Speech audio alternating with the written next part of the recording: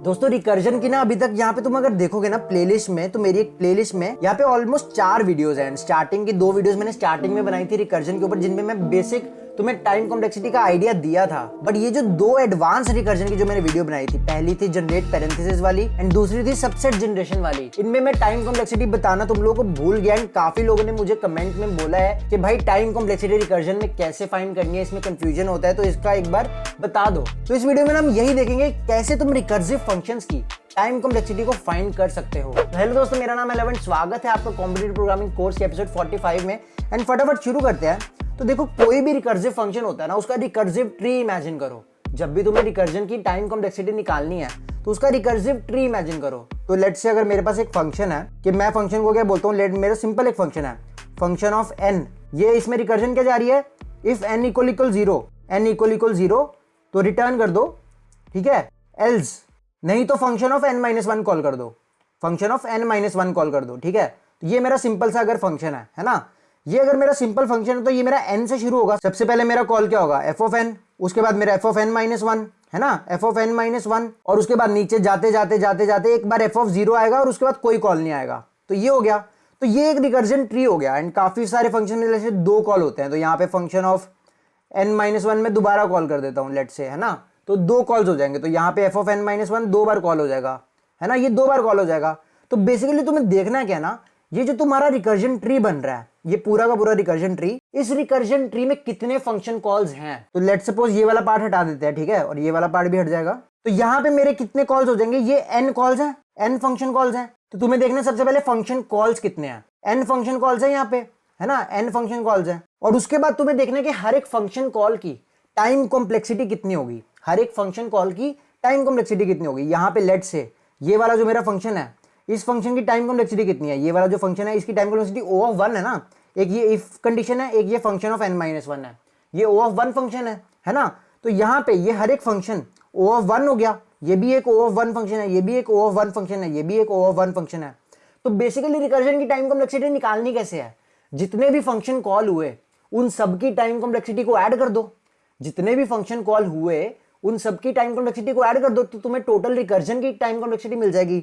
तो यहाँ पे इस रिकर्जन की टाइम कॉम्प्लेक्सिटी कितनी हो जाएगी, यहाँ पे हो जाएगी O ऑफ n, क्योंकि n फंक्शन कॉल्स हैं। बट लेट सपोज अब ये जो मेरा फंक्शन कॉल है ना, इसको कॉपी कर लेते हैं सबसे पहले, ठीक है। तो लेट सपोज ये जो मेरा फंक्शन कॉल है, इसमें ना मैं नीचे एक लूप ऐड कर देता हूँ, सिंपल एक for int i equal to 0 i less than n तक का एक लूप चला देते हैं, सिंपल, ठीक है। ये सिंपल एक लूप चला दिया मैंने, और बस ये एक सिंपल लूप, कुछ नहीं कर रहे। अब यहाँ पे हर एक फंक्शन कॉल की टाइम कॉम्प्लेक्सिटी कितनी हो गई, O ऑफ n हो गई, है ना, O ऑफ n हो गई।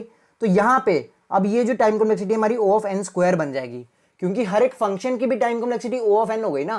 तो इसलिए यहाँ पे हमने करना क्या है, सारे फंक्शंस की टाइम कॉम्प्लेक्सिटी को ऐड करना है। अब यहाँ पे देखते हैं, ये जो हमारा एक सबसे पहला क्वेश्चन क्या था, जनरेट पैरेंथेसिस वाला। तो जनरेट पैरेंथेसिस वाले का ट्री कैसा था हमारा, ये हमारा जनरेट पैरेंथेसिस वाले का रिकर्जन ट्री था। तो अगर तुमने वो वीडियोस नहीं देखे हैं जाके, तो सबसे पहले वो वीडियोस देख लो जाके। तो हम जनरेट पैरेंथेसिस वाली वीडियो में क्या कर रहे थे, बेसिकली हमारा कोड क्या था, यहाँ पे हम स्क्रीन पे कोड खोल लेते हैं फटाफट। तो ये हमारा कोड था बेसिकली, है ना। यहाँ पे हम कर क्या रहे थे कोड के अंदर, हम यहाँ पे कोड के अंदर कर रहे थे s.pushback। यहाँ पे एक ये वाला फंक्शन कॉल था जनरेट फंक्शन कॉल, और यहाँ पे एक ये जनरेट फंक्शन कॉल था, ठीक है। 2 जनरेट के फंक्शन कॉल थे एक ही फंक्शन के अंदर। तो ये वाला कॉल क्या कर रहा था, ओपनिंग ब्रैकेट को डाल रहा था लाइन 14 पे, लाइन 14 पे ये वाला कॉल ओपनिंग ब्रैकेट को डाल रहा था ना, है ना। और उसके बाद ये वाला लाइन 21 पे ये क्लोजिंग ब्रैकेट को डाल रहा था, है ना, ये क्लोजिंग ब्रैकेट को डाल रहा था। तो ये पूरे फंक्शन की टाइम कॉम्प्लेक्सिटी क्या है, सबसे पहले तो ये देखो, हम सबसे पहले हमें 2 चीजें चाहिए कि फंक्शन कॉल्स कितनी हुई और इस फंक्शन की टाइम कॉम्प्लेक्सिटी कितनी है। तो जितनी फंक्शन कॉल हुई इनटू क्या कर देंगे, जितनी इसकी टाइम कॉम्प्लेक्सिटी है ना। तो इसके पूरे फंक्शन की टाइम कॉम्प्लेक्सिटी O ऑफ 1 है, क्योंकि ये पूरा इफ चेक O ऑफ 1 है। यहाँ पे क्या कर रहे हैं, पुशबैक है, ये भी O ऑफ 1 है ना। ये पूरा if check if O of 1 है। यहाँ पे ये जो इफ ओपन डॉट पुशबैक में क्या हो रहा है, कॉल हो रहा है s dot push back s dot pop back, ठीक है। और नीचे क्लोज ग्रेटर देन 0 वाले में भी क्या हो रहा है, कोई लूप नहीं चल रहा है। तो सारे O ऑफ 1 ऑपरेशंस हैं, तो सारे ऐड होके O of 1 total time complexity हो जाएगी इस फंक्शन की, है ना। अब ये हो गया कि एक फंक्शन कॉल की टाइम कॉम्प्लेक्सिटी O ऑफ 1 है यहाँ पे, है ना, पूरे फंक्शन कॉल की। अब हमें देखना है फंक्शन कॉल्स कितने होंगे। तो यहाँ पे तुम देखो, यहाँ पे हर एक स्टेप पे हम 2 में डिवाइड कर रहे हैं, हर एक स्टेप पे हमारा 2 में डिवाइड हो रहा है। तो बेसिकली यहाँ पे ब्रैकेट को, यहाँ पे मैं क्या कर रहा हूँ, ओपनिंग ब्रैकेट डाल रहा हूँ, यहाँ पे मैं क्लोजिंग ब्रैकेट डाल रहा हूँ। फिर इसके बाद यहाँ पे भी ओपनिंग ब्रैकेट डाल रहा हूं या फिर क्लोजिंग ब्रैकेट डाल रहा हूं, यहां पे ओपनिंग ब्रैकेट डाल रहा हूं या फिर क्लोजिंग ब्रैकेट डाल रहा हूं, ठीक है, यहां पे ओपनिंग ब्रैकेट डाल रहा हूं या तो क्लोजिंग ब्रैकेट डाल रहा हूं, है ना। तो हर एक स्टेप पे हमारे पास बेसिकली दो चॉइसेस है मैक्सिमम। तो मैक्सिमम हर एक केस में हमारे दो चॉइसेस है। तो वर्स्ट केस टाइम कॉम्प्लेक्सिटी क्या होगी, हम बोलेंगे कि हर एक केस में लेट से हमारा दो में डिवाइड हो गया, हर एक केस में अगर लेट से हमारा दो में डिवाइड हो गया तो उस केस में हम टाइम कॉम्प्लेक्सिटी के बारे में क्या बोलेंगे कि अगर हर एक स्पेस में दो में डिवाइड हो गया तो हमारा टाइम कॉम्प्लेक्सिटी कैसा रहेगा। ये लेवल 1 था तो हमारा ये फंक्शन कॉल था, लेवल 2 पे दो में डिवाइड हुआ, लेवल फिर हमारा 3 पे, ये 1 2 बोल देते हैं, इसको 3 बोल देते हैं, हमारा यहाँ पे दो में डिवाइड हुआ, है ना, ये दो में डिवाइड हुआ, ऐसा ही होगा ना वर्स्ट केस रिकर्जन का टाइम कॉम्प्लेक्सिटी। और फिर सो ऑन लेवल n में यहाँ पे नीचे क्या होंगे, काफी सारे फंक्शन कॉल्स होंगे। ये कितने होंगे, यहाँ पे देखो ये क्या है 2 टू पावर 0, ये है 2 टू पावर 1, फिर 2 टू पावर 4, ये नंबर ऑफ फंक्शन कॉल बात कर रहा हूं मैं 2 3 के लिए। तो यहाँ पे कितने हो जाएंगे 2 टू पावर हमारे n+1 हो जाएंगे, है ना। 3 के लिए 2 टू पावर 4 था थर्ड लेवल के लिए, तो अगर मैं लेवल 0 से बोल देता हूं तो ये n-1 लेवल्स हो जाएंगे। बेसिकली कितने लेवल्स होंगे, जितनी हमें ब्रैकेट्स डालनी थी उतने लेवल्स होंगे ना, जितनी ओपनिंग ब्रैकेट डालनी थी या जितनी क्लोजिंग ब्रैकेट डालनी थी उतने लेवल होने वाले हमारे। तो ये n क्या है, बेसिकली कितनी ओपनिंग क्लोजिंग ब्रैकेट डालनी थी। तो यहाँ पे 2 टू पावर n+1 या 2 टू पावर n हो गया। देखो 2 टू पावर n और 2 टू पावर n+1 में कुछ ज्यादा फर्क नहीं है, उसको तुम इग्नोर कर सकते हो। बेसिकली है क्या, हमारी टाइम कॉम्प्लेक्सिटी यहाँ पे एक्सपोनेंशियल हो चुकी है, हमारी टाइम कॉम्प्लेक्सिटी यहाँ पे एक्सपोनेंशियल हो चुकी है। तो हमें बेसिकली करना क्या है, ये सारे नंबर्स को ना हमें बेसिकली ऐड करना है। ये 2 to power 0 plus 2 to power 1 plus 2 to power 4, ये सारे नंबर्स को ऐड करना है। तो इसके सारे नंबर्स को ऐड करेंगे तो ये आ जाएगा 2 to power 0 plus 2 to power 1 up till 2 to power n+1। तो ये जीपी का सम है, तो ये अप्रोक्सीमेटली हो जाएगा हमारा 2 टू पावर n+2 के बराबर, इसके बराबर हो जाएगा। ये बेसिकली 2 टू पावर n ही बोल सकते हैं इसको।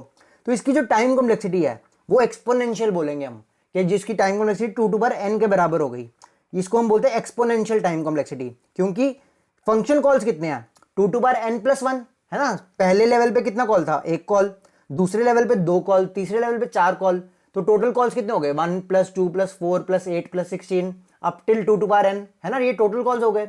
इनटू क्या करेंगे, हर एक फंक्शन कॉल की टाइम कॉम्प्लेक्सिटी क्या है, हर एक फंक्शन कॉल की टाइम कॉम्प्लेक्सिटी यहाँ पे O(1) है, हमने यहाँ पे कोड में देख लिया था। तो टोटल टाइम कॉम्प्लेक्सिटी क्या हो गई 2 टू पावर n ही हो गई, क्योंकि हर एक फंक्शन कॉल की टाइम कॉम्प्लेक्सिटी O(1) है। अब देखते हैं हम सबसेट जनरेशन वाला। तो ये सबसेट जनरेशन वाला था, सबसेट जनरेशन वाले में हमने क्या किया था, यही हमारा ट्री था ना। फर्स्ट लेवल पे क्या किया था, किसी भी एलिमेंट को नहीं लिया, फिर सेकेंड लेवल पे पहले एलिमेंट को लिया या पहले एलिमेंट को नहीं लिया, फिर दूसरे एलिमेंट को लिया 2 को, या फिर दूसरे एलिमेंट को नहीं लिया, यहाँ पे भी फिर दूसरे एलिमेंट को लिया या नहीं लिया, ठीक है, और यहाँ पे फिर तीसरे एलिमेंट को लिया या नहीं लिया, ठीक है, और फिर यहाँ पे भी तीसरे एलिमेंट को लिया नहीं लिया, लिया नहीं लिया और नहीं लिया और नहीं लिया, है ना। तो यही था। तो टोटल हमारे यहाँ पे भी कॉल्स देखो कितने हो रहे हैं, यहाँ पे भी हर लेवल पे 2 में डिवाइड हो रहा है। तो टोटल लेवल्स कितने होंगे, n लेवल्स होंगे। पहले लेवल में क्या देख रहे हैं, पहले एलिमेंट को, दूसरे लेवल में क्या देख रहे हैं, दूसरे एलिमेंट को, तीसरे लेवल में क्या देख रहे हैं, तीसरे लेवल को। तो टोटल n लेवल्स होंगे हर एक लेवल में। यहाँ पे हमारे स्टार्टिंग में यहाँ पे 2 हैं, फिर 4 हो गए, और यहाँ पे फिर नीचे देखो 8 हो गए, है ना। और अगर और एलिमेंट्स होते तो 16 हो जाते नीचे, है ना। तो ये भी वही हो गया सेम जो हमने कैलकुलेट किया था। टाइम कॉम्प्लेक्सिटी क्या आएगी यहाँ पे, हर एक फंक्शन कॉल की टाइम कॉम्प्लेक्सिटी क्या है, हर एक फंक्शन कॉल के लिए हम कोड निकाल लेते हैं यहाँ पे। तो बेसिकली ये हमारा कोड था बेसिक सा, है ना। तो यहाँ पे ये कोड की टाइम कॉम्प्लेक्सिटी क्या है, if i is equal num dot size. तो ये O(1) है 7 से लेके 10 लाइन तक, क्योंकि ये पुशबैक हो रहा है, फिर एक फंक्शन कॉल है और यहाँ पे भी फिर O(1) ऑपरेशंस है। तो ये वाला भी पूरा जो फंक्शन कॉल है पूरा O(1) है। तो इसके ये सबसेट जनरेशन वाली चीज की टाइम कॉम्प्लेक्सिटी कितनी हो गई, हर एक फंक्शन की टाइम कॉम्प्लेक्सिटी, है ना, हर एक फंक्शन की टाइम कॉम्प्लेक्सिटी इनटू यहाँ पे हर एक फंक्शन की टाइम कॉम्प्लेक्सिटी क्या है O(1) इनटू यहाँ पे कितनी नंबर ऑफ कॉल्स हैं, तो वो कितना है O(2 टू पावर n, इसके बराबर है एक्सपोनेंशियल। तो ये हमारी टाइम कॉम्प्लेक्सिटी हो गई, basically O(2 to power n हो गई, वर्स्ट केस टाइम कॉम्प्लेक्सिटी। तो हमारी ये जो सबसेट जनरेशन वाला जो क्वेश्चन था उसमें जो टाइम कॉम्प्लेक्सिटी थी वो O(2 टू पावर n हो गई। तो ऐसे ही बेसिकली हमने रिकर्जन का टाइम कॉम्प्लेक्सिटी कैलकुलेट करना होता है कि बेसिकली कितने फंक्शन कॉल्स हो रहे हैं और हर एक फंक्शन कॉल की टाइम कॉम्प्लेक्सिटी कितनी है।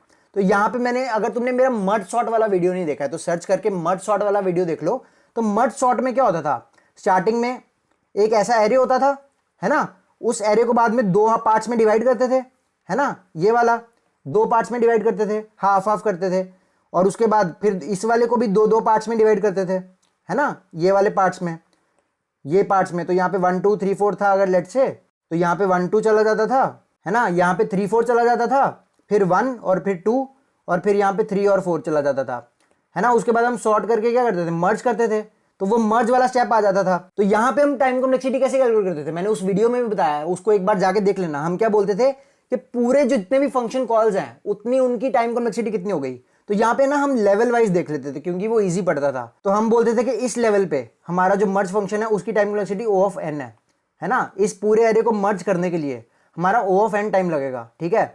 अब वो हम बोलते थे कि इस पूरे लेवल को भी हमें मर्ज करने के लिए O ऑफ n टाइम लगेगा, क्योंकि ये n/2 है, ये n/2 है, तो इन दोनों एरेज को मर्ज करने के लिए O ऑफ n/2 मर्ज करने का टाइम लगेगा, और इस दोनों पूरे लेवल को मर्ज करने के लिए O ऑफ n टाइम लगेगा। एंड सिमिलरली हम इस लेवल के लिए भी बोल देते थे कि ये जो इंडिविजुअल फंक्शन कॉल है ये O ऑफ 1 टाइम में मर्ज होगा, O ऑफ 1 टाइम में, O ऑफ 1 टाइम में, O ऑफ 1 टाइम में मर्ज होगा, है ना।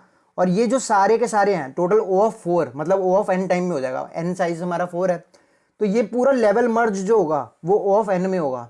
और लेवल्स कितने होते थे, कितनी बार हम एरे को 2 में हाफ में डिवाइड कर सकते हैं, तो log n लेवल्स होते थे। तो हम टाइम कॉम्प्लेक्सिटी बोल देते थे कि log n लेवल्स है और हर एक लेवल पे कितनी कंप्यूटेशन हो रही है, O ऑफ n कंप्यूटेशन हो रही है, तो O of n into log n हम बोल देते थे कि हमारी टाइम कॉम्प्लेक्सिटी है। तो बेसिकली ऐसे हम टाइम कॉम्प्लेक्सिटी देखते थे कि बेसिकली देखना क्या है कि जितने भी फंक्शन कॉल हो रहे हैं उनको उनके सारे फंक्शन कॉल्स की टाइम कॉम्प्लेक्सिटी ऐड करनी है हमें, उन सारे के सारे फंक्शन कॉल्स की टाइम कॉम्प्लेक्सिटी को ऐड कर दो। तो बेसिकली टाइम कॉम्प्लेक्सिटी कैसे निकालनी है, जो भी रिकर्जन है उसका ट्री बना के देखो या इमेजिन करो, उसके ट्री में जितने भी फंक्शन कॉल हैं उनके सारे फंक्शन कॉल्स की टाइम कॉम्प्लेक्सिटी ऐड करनी है, बस वही हमारी पूरे रिकर्जन की टाइम कॉम्प्लेक्सिटी है।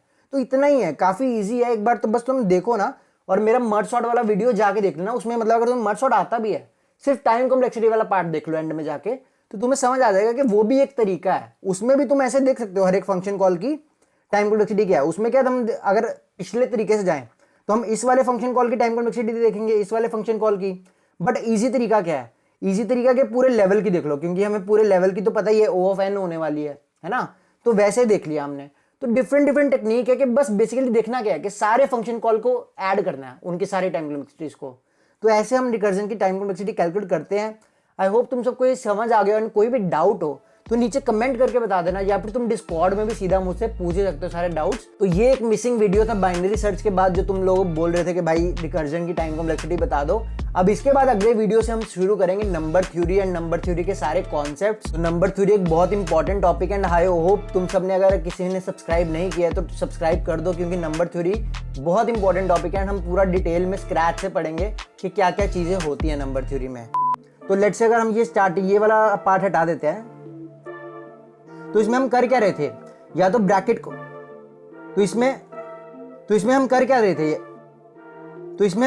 थे, या तो ब्रैकेट को ऐड कर रहे थे या तो ब्रैकेट को ऐड नहीं कर रहे थे। फिर यहाँ पे दूसरे एलिमेंट स्ट्रिंग के लिए चला रहे हैं, ठीक है। ओहो ये एड्स यार दोस्तों, कोड कहाँ है। तो यहाँ पे हम फंक्शन